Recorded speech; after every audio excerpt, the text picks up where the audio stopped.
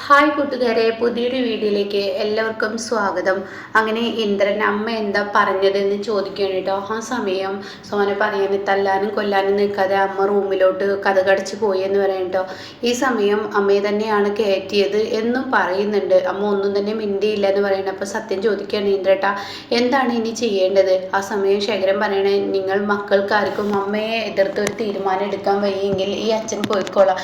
പക്ഷേ പോകുന്നതിന് മുന്നേ എനിക്കൊരു ആഗ്രഹമുണ്ട്. ആ ആഗ്രഹം നിങ്ങൾക്ക് നിറവേറ്റി തരാൻ പറ്റുമോ? അതെന്തെന്ന് ചോദിക്കുകയാണ്. ആ സമയം പറയണേ, അതെ, എൻ്റെ മക്കളുടെ കൂടെ ഒരു നേരത്തെ ഭക്ഷണം കഴിച്ച് എനിക്കിവിടെ നിന്ന് പോകണമെന്ന ആഗ്രഹം, പ്രത്യേകിച്ച് ഒന്നുമില്ല. ഞാൻ ആർക്കും ഒരു ഭാരമാവാനില്ല എന്ന് പറയട്ടോ. ആ സമയം ആ വാക്കിനോട് യോജിക്കുകയാണ് ഇന്ദ്രൻ. അങ്ങനെ ഇന്ദ്രൻ പറയാണ്, സോന ഇനി ഭക്ഷണം എടുത്തു വെക്കുക എന്ന് പറയണേ. അങ്ങനെ ഭക്ഷണം എടുത്തു വെക്കുകയാണ് കേട്ടോ. പിന്നീട് ഇവരെല്ലാവരും മേശപ്പുറത്തിരിക്കുന്ന ആ ഒരു രംഗാണ്. അങ്ങനെ എല്ലാവരും ഇങ്ങനെ ഭക്ഷണം കഴിക്കാൻ തുടങ്ങുകയാണ്. അപ്പോൾ ഈ സമയം കറികൾ വിളമ്പി കൊടുക്കുമ്പോൾ അനുപമ ചോദിക്കുകയാണ്, അച്ഛാ ഇനി ഇടണോ? അത് കേട്ട ഉടൻ തന്നെ ശേഖരൻ പറയണേ, എൻ്റെ മക്കളാരും എന്നെ അച്ഛ എന്ന് വിളിച്ചിട്ടില്ല. എന്നാൽ ആദ്യമായി എന്നെ അച്ഛ വിളിച്ചത് എൻ്റെ മോളാണ്, അനുമോളാണ് എന്ന് പറയട്ടോ. ആ സമയം ഇത് കേട്ട ഇന്ദ്രൻ അത്ര അങ്ങ് ദഹിക്കില്ല. ഇന്ദ്രൻ പറയണ, മക്കളെ കുറ്റം പറയാനല്ല നിങ്ങളെ മേശപ്പുറത്ത് പിടിച്ചിരുത്തിയത്. വേണമെങ്കിൽ ഭക്ഷണം കഴിച്ചിട്ട് നിങ്ങൾക്ക് പോവാം, ഇവിടെ ആരെയും കുറ്റപ്പെടുത്തണ്ട. അത് കേട്ട ശേഖരന് ചുമ വരികയാണ് കേട്ടോ. അങ്ങനെ സത്യം പറയണേ, ഞങ്ങൾ ഇക്കാര്യത്തിൽ അമ്മയുടെ കൂടെയാണ്. അതുകൊണ്ട് തന്നെ ഞങ്ങൾക്ക് അധികം സംസാരിക്കാനൊന്നും നിൽക്കാൻ ഇടയില്ല. ഭക്ഷണം കഴിച്ചിട്ട് പോയിക്കോളൂ എന്നുള്ള ആ ഒരു നിലപാട് തന്നെ സത്യനും പറയണം കേട്ടോ. അപ്പോൾ സോന പറയണ, ഉണ്ടായ സമയത്ത് ഞങ്ങളെ സ്നേഹിച്ചിട്ടില്ല, പിന്നെ എങ്ങനെ ഞങ്ങൾ ഇതിനൊരു നല്ല കാര്യം പറയാ എന്നുള്ള ലെവലിൽ ഇങ്ങനെ പറഞ്ഞു തുടങ്ങുകയാണ് കേട്ടോ.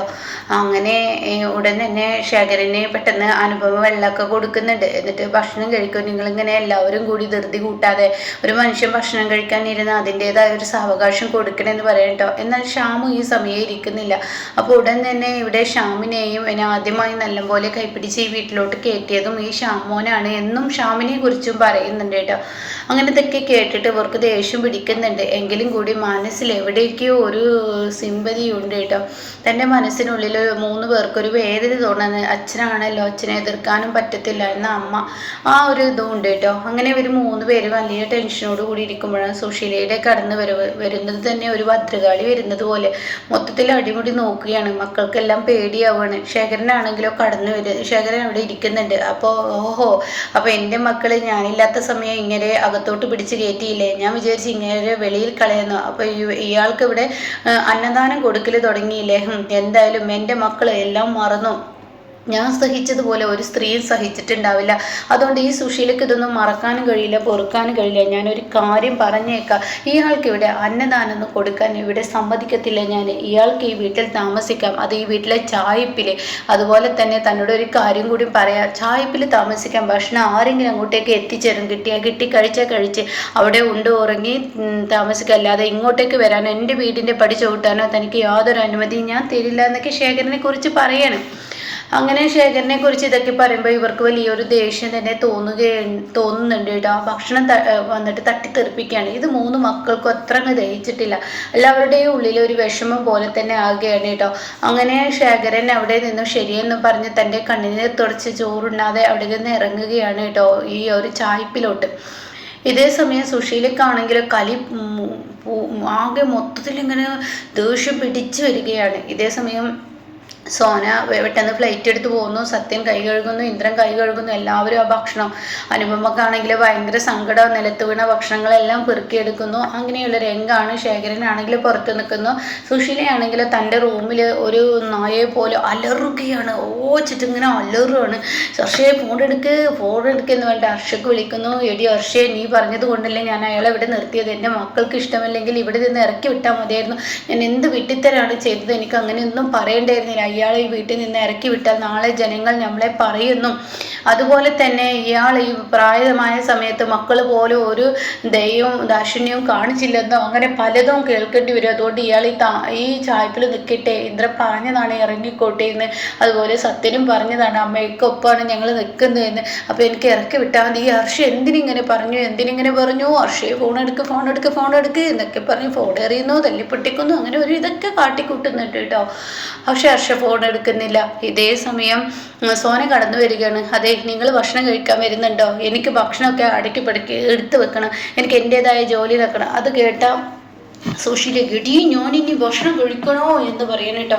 അത് കേട്ട ഉടൻ തന്നെ നിങ്ങൾക്ക് വേണമെങ്കിൽ ഭക്ഷണം വന്ന് കഴിച്ചോ, എടി നിങ്ങൾ മക്കൾക്കൊന്നും അയാളെ അവിടെ നിന്ന് ഇറക്കി വിടാൻ കഴിഞ്ഞില്ലേ എന്നിങ്ങനെ ചോദിച്ച ഉടൻ തന്നെ സോന പറയാണ്, അതെ ഒരാൾ വീട്ടിലോട്ട് കൈപിടിച്ച് കയറ്റി. ഇന്ദ്രേട്ടനും അതുപോലെ തന്നെ ഈ പറയുന്ന സത്യേട്ടനും എനിക്കൊക്കെ ഒരേ നിലപാടായിരുന്നു.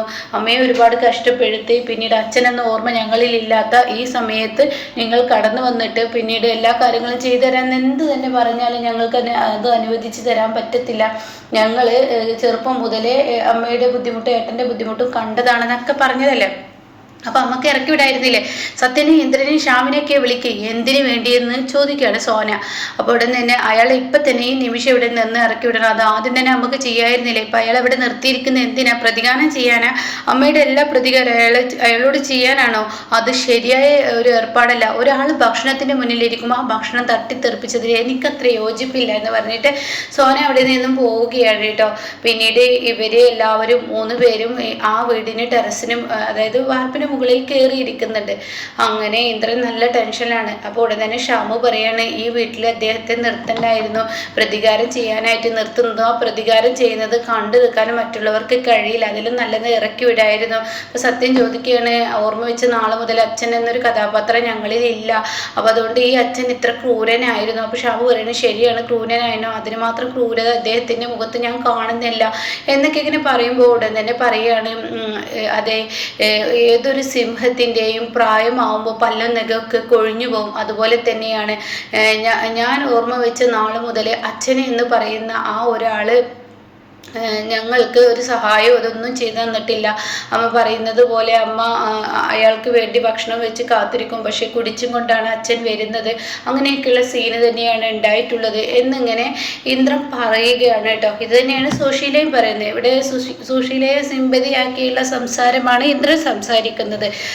അങ്ങനെ ഇന്ദ്രൻ പറയുകയാണ്, ഓർമ്മ വെച്ച നാളെ മുതൽ ഞാൻ അങ്ങനെ തന്നെയാണ് കണ്ടിട്ടുള്ളത്. അച്ഛനും അമ്മയ്ക്ക് ഒരു സഹായം ചെയ്യുന്ന, മക്കൾക്കൊരു സഹായം ചെയ്യുന്ന ഒന്നുമില്ല. അവസാനം നാളിൽ അതായത് അവസാന നിമിഷം അച്ഛൻ എന്നെ കെട്ടിപ്പിടിച്ച ഒരു കാര്യം പറഞ്ഞ്, മോനെ ഇന്ദ്ര, ഞാൻ വരുന്നത് വരെ എൻ്റെ കുടുംബത്തെ അതായത് നിന്റെ അമ്മയെയും നിന്റെ സഹോദരങ്ങളെയും നീ നോക്കണം, നല്ലപോലെ നോക്കണം, അവർക്ക് യാതൊരു കുറവും വരാതെ നിന്റെ കൈകളിൽ ഏൽപ്പിച്ചിട്ടാണ് ഞാനിവിടെ നിന്നും പോകുന്നത്. ഞാൻ തിരിച്ചു വരുന്നത് വരെ നിങ്ങൾ നോക്കണം, അവർക്ക് യാതൊരു കുറവും നീ നോക്കണം, അവർക്ക് യാതൊരു കുറവും ഒന്നും തന്നെ ഉണ്ടാവാൻ പാടില്ല എന്നൊക്കെ പറഞ്ഞിട്ടാണ് ഞാൻ എൻ്റെ അച്ഛൻ നമ്മുടെ അച്ഛൻ നമ്മളിൽ നിന്ന് ഇറങ്ങിപ്പോയതെന്ന് പറയണം കേട്ടോ. ഇതൊക്കെ കേൾക്കുന്ന സത്യനും ശ്യാമിനും ഒരു നീറ്റൽ മനസ്സിൽ. അങ്ങനെ സുശീലയുടെ ഈ നിലപാട് ഹർഷ ശരിക്കും സുശീലയെ കുടുക്കിയതാണെന്നുള്ള സത്യം ഇനി മനസ്സിലാക്കാണ്. ആ ചായപ്പിലിട്ടിട്ട് ശേഖരനെ ഇട്ട് ഒരുപാട് ബുദ്ധിമുട്ടിക്കുമ്പോൾ അത് കണ്ടു നിൽക്കാൻ മക്കളായ അവർക്ക് ആർക്കും സാധിക്കില്ല. മക്കളുടെ ഇടനെഞ്ചു പൊട്ടും. അങ്ങനെ മക്കൾക്ക് അച്ഛനോട് ചെറിയൊരു സിമ്പതിയും സ്നേഹം വരുമ്പോൾ സുശീല കുരുങ്ങുകയും ചെയ്യും കേട്ടോ.